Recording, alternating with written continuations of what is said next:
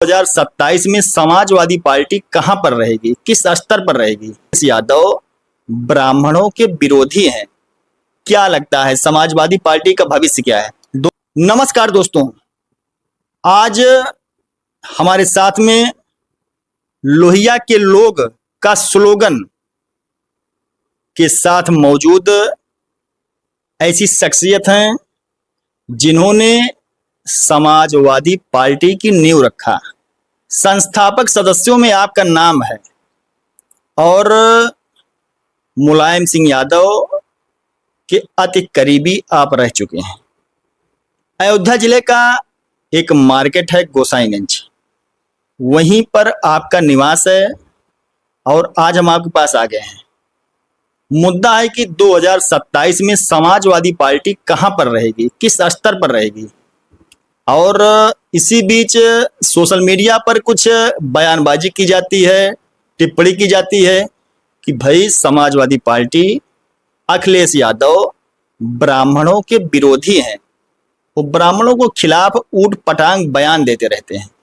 इन्हीं सब मुद्दों पर आज हम चर्चा करेंगे। तो सबसे पहले आपका स्वागत है। धन्यवाद आपका। चलिए, तो जैसा कि समाजवादी पार्टी का जब गठन हुआ तब से आप समाजवादी पार्टी को देख रहे हैं जी। पहले मुलायम यादव, लोहिया और अब अखिलेश यादव ने पार्टी की कमान को संभाल लिया है। क्या लगता है समाजवादी पार्टी का भविष्य क्या है 2027 की बात करें तो? समाजवादी पार्टी का भविष्य जो है 2027 में बहुत ही उज्जवल है जी। और मैं निश्चित रूप से कह सकता हूँ 2027 में समाजवादी पार्टी की सरकार बनेगी। जी, समाजवादी पार्टी की सरकार बनेगी, ऐसा आप कह रहे हैं कि आपकी जो रणनीति, आपको क्या दिख रहा है ऐसा कि समाजवादी पार्टी की सरकार बनने वाली है?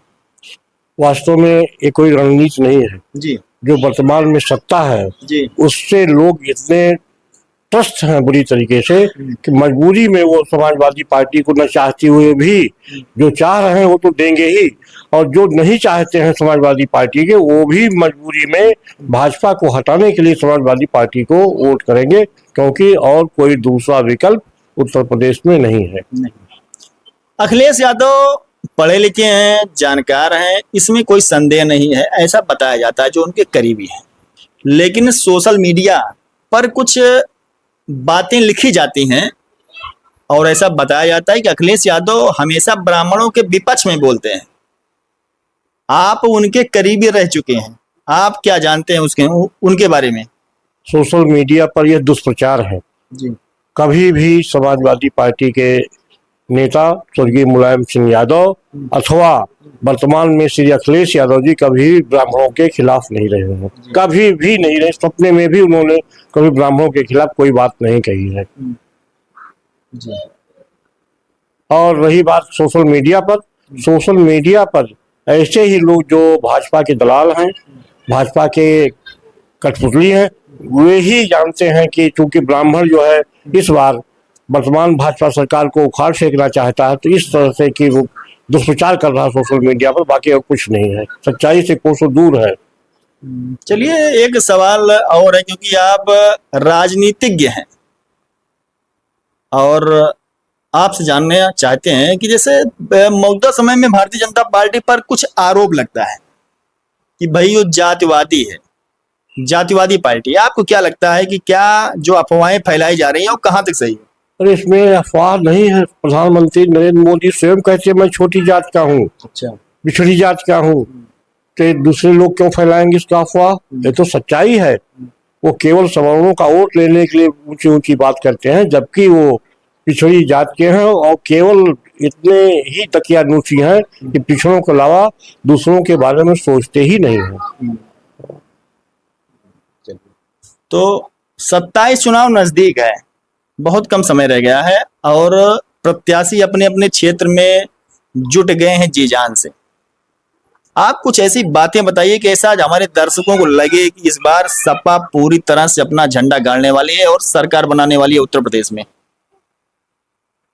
यह तो समय बताएगा कि हमारी रणनीतियाँ क्या है, क्योंकि अभी से पहले से बता दें कि रणनीति क्या है तो हमारा सपना बिखर जाएगा। इस नाते अभी कोई रणनीति नहीं है, केवल इतना है कि जनता में उत्साह है इस सरकार को बदलने का, यही रणनीति है।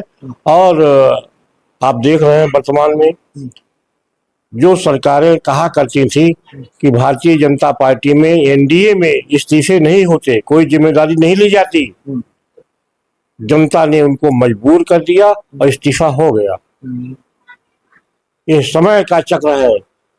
हम लोग 1977 में जब आपातकाल से जेल से छूटे तो लोग कहते थे इंदिरा गांधी का कोई विकल्प नहीं है, और जब चुनाव की घोषणा हुई जनता स्वयं विकल्प बन करके कांग्रेस पार्टी को हरा दिया, और यहाँ तक कि श्रीमती इंदिरा गांधी जी स्वयं चुनाव हार गई थी।